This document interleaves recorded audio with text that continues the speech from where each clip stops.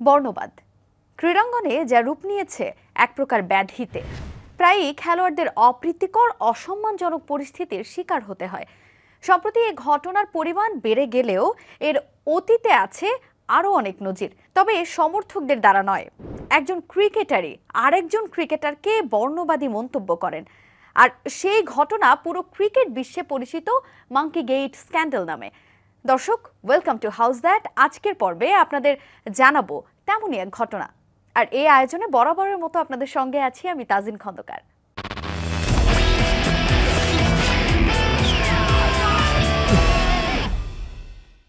Andrew Symonds 1975-এর 9 June ইংল্যান্ডের বার্মিংহামে জন্মগ্রহণ করেন। জন্ম ইংল্যান্ডে হলেও থাকতেন অস্ট্রেলিয়ায়। 1994 সালে অস্ট্রেলিয়ান ক্রিকেট একাডেমি থেকে বৃত্তি পান সাইমন্ডস।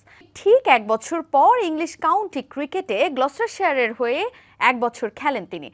এরপরই ইংল্যান্ড এ দলের সদস্যরূপে পাকিস্তান সফরের জন্য সুযোগ পান, কিন্তু তিনি আন্তর্জাতিক ক্রিকেটে ইংল্যান্ড নয় অস্ট্রেলিয়ার হয়ে খেলার সিদ্ধান্ত নেন।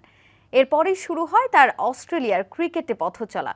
10 নভেম্বর 1998 লাহোরে পাকিস্তানের বিপক্ষে ওডিআইয়ে অভিষেক হয় অ্যান্ড্রু সাইমন্ডসের। অভিষেকে বাজিমাত করেন এই অজি অলরাউন্ডার। সেখানে তার স্ট্রাইক রেট 90-এর উপরে আর সর্বোচ্চ 156 ব্যক্তিগত রান সংগ্রহ করেন তিনি। ক্যারিয়ার জুড়ে ব্যাট ও বল হাতে দুর্দান্ত পারফর্ম করে জিতেছেন 2টি বিশ্বকাপ আর 1টি আইপিএল ট্রফি। 198 ওয়ানডেতে তিনি তুলে নিয়েছেন 5088 রান, গড় ছিল 39.75। একদিনের ক্রিকেটে তিনি 6টি সেঞ্চুরি ও 30টি হাফ সেঞ্চুরি করেছেন, নিয়েছেন 133টি উইকেটও। অ্যান্ড্রু সাইমন্ডসই একমাত্র খেলোয়াড় যিনি ওয়ানডে বিশ্বকাপে 500-র বেশি রান করেছেন, 100-এর বেশি গড় নিয়ে। সতীর্থদের কাছে ভালোবাসার এক নাম ছিল সাইমন্ডস, যিনি রয় বলেই বেশি পরিচিত ছিলেন। ঝাঁকড়া চুল, বেপরোয়া মনোভাব ও মেজাজের রয় ফর্মে থাকা মানে বিপক্ষ টিমের জন্য দুঃস্বপ্নের মতো। ক্যারিয়ারের সোনালি সময় তখন সাইমন্ডসের। 2008-এ ভারতের বিপক্ষে সাদা পোশাকের ক্রিকেটে মুখোমুখি হয় অস্ট্রেলিয়া ক্রিকেট দল। যদিও সেই টেস্ট সিরিজ ছিল ভুল আর বিতর্কে ঠাসা। সেই টেস্ট ঘিরেই দ্বন্দ্বের শুরু হয় অস্ট্রেলিয়া আর ইন্ডিয়ার ক্রিকেটে। প্রথম ইনিংসে ব্যাট করেন সাইমন্ডস, তখন তাকে ভুলভাবে 3 বার নট আউট দেন match umpire Steve Bucknor. Rahul Dravid এবং সৌরভ গাঙ্গুলি আম্পায়ারের ভুল সিদ্ধান্তে আউট হয়েছিলেন সেদিন। ম্যাচের শুরু থেকে ভালো জায়গায় থাকলেও অ্যান্ড্রু সাইমন্ডস এবং রিকি পন্টিংকে আউট না দেয়াটা অস্ট্রেলিয়ার জন্য বেশ কিছু ভালো সুযোগ তৈরি করে দিয়েছিলেন আম্পায়ার। আর এই সুযোগ কাজে লাগিয়ে সিডনি টেস্টে অপরাজিত 162 রান করেন সাইমন্ডস। তবে ঝামেলা হয় সচিন টেন্ডুলকার ও হরভজন সিং যখন ব্যাটিংয়ে নামেন। দুজন মিলে 8ম উইকেটে জুটিতে গড়েন 100 রান। সেই মুহূর্তে ব্রেটলির বলে বাউন্ডারি হাঁকান হরভজন। ওয়াজি ব্রেটলির পিঠে একটি থাপ্পড় দিয়ে বলেছিলেন গুড লাক। হরভজনের যে আচরণে খানিক বিরক্ত হন ব্রেটলি আর অ্যান্ড্রু সাইমন্ডস। তবে রয় সেই সময় চুপ থাকতে পারেননি।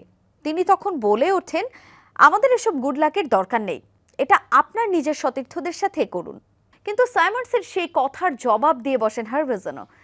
আম্পায়ার মার্ক বেনসন হরভজনকে কিছু কড়া কথা বলার পর উভয় খেলোয়াড়ের মধ্যে বাকবিতণ্ডা শুরু হয়। তারপরে এটি নজরে আসে যে অস্ট্রেলিয়ানরা আম্পায়ারের কাছে অভিযোগ করেছে হরভজন সাইমন্ডসের প্রতি বর্ণবাদী মন্তব্য করেছেন। তিনি অস্ট্রেলিয়ান অলরাউন্ডারকে বানর বলেছেন বলেও অভিযোগ তোলেন অজি ক্রিকেটাররা। একই ঘটনার পুনরাবৃত্তি করেন হরভজন। সাইমন্ডসকে আবারও বানর বলে ডাকেন তিনি। রেগে গিয়ে সাইমন্ডস বলে ওঠেন, তুমি আমাকে আবারও বানর বলে ডাকলে? সাইমন্ডসের সঙ্গে তখন হেইডেনও বলে ওঠেন, 2 বার একই কথা বললে, যা খুবই অসম্মানজনক। যদিও এরপর হরভজন প্রতিবাদ করেন যে সাইমন্ডসই এই ঘটনা শুরু করেছেন। মাইকেল ক্লার্ক আম্পায়ার মার্ক বেনসনের কাছে গিয়ে অভিযোগ করেন এটা প্রথমবার নয়, তিনি ভারতেও এটি করেছিলেন এবং সংঘর্ষে জড়িয়ে পড়েন। দ্বিতীয়বার সে এটা করেছে। আম্পায়ার বাকনার এবং বেনসন ম্যাচ রেফারি মাইক প্রক্টরকে ঘটনাটি জানান। ওয়াজির এমন ভাষা ব্যবহারে আইসিসির আচরণবিধি লঙ্ঘনের জন্য অভিযুক্ত করেন রেফারি। তৃতীয় দিনের শেষে ভারতীয় অধিনায়ক অনিল কুম্বলে পুরো ঘটনার জন্য ক্ষমা চাওয়ার সিদ্ধান্ত নিয়ে রিকি পন্টিংকে অনুরোধ করেন অভিযোগ না করতে। বিতর্কিত পরিস্থিতিতে অস্ট্রেলিয়া জিতে যায়। টেস্ট শেষে Hayden, Symonds, Ricky Ponting, Adam Gilchrist Tendulkar এবং হরভজনের সাক্ষ্য শোনার পর ভারতীয় স্পিনারকে 3টি টেস্ট ম্যাচের জন্য নিষিদ্ধ করা হয়। এমন সিদ্ধান্তের পর ভারত দল সফর বন্ধের ঘোষণা দেন। শুধু তাই নয়, তারা প্রতিবাদও জানায় ওয়াজদিকে নিষিদ্ধের বিরুদ্ধে। হরভজন পার্থে তৃতীয় টেস্টে খেলতে পারেননি। 28 জানুয়ারি 2008 অ্যাডিলেডের ফেডারেল আদালত ভবনে আদালতের শুনানি ডাকা হয়। পন্টিং, ম্যাথু হেইডেন এবং মাইকেল ক্লার্ক সাইমন্ডসের পক্ষে সাক্ষী হিসেবে হাজির হন সেখানে, আর হরভজনের পক্ষে সাক্ষী ছিলেন টেন্ডুলকার।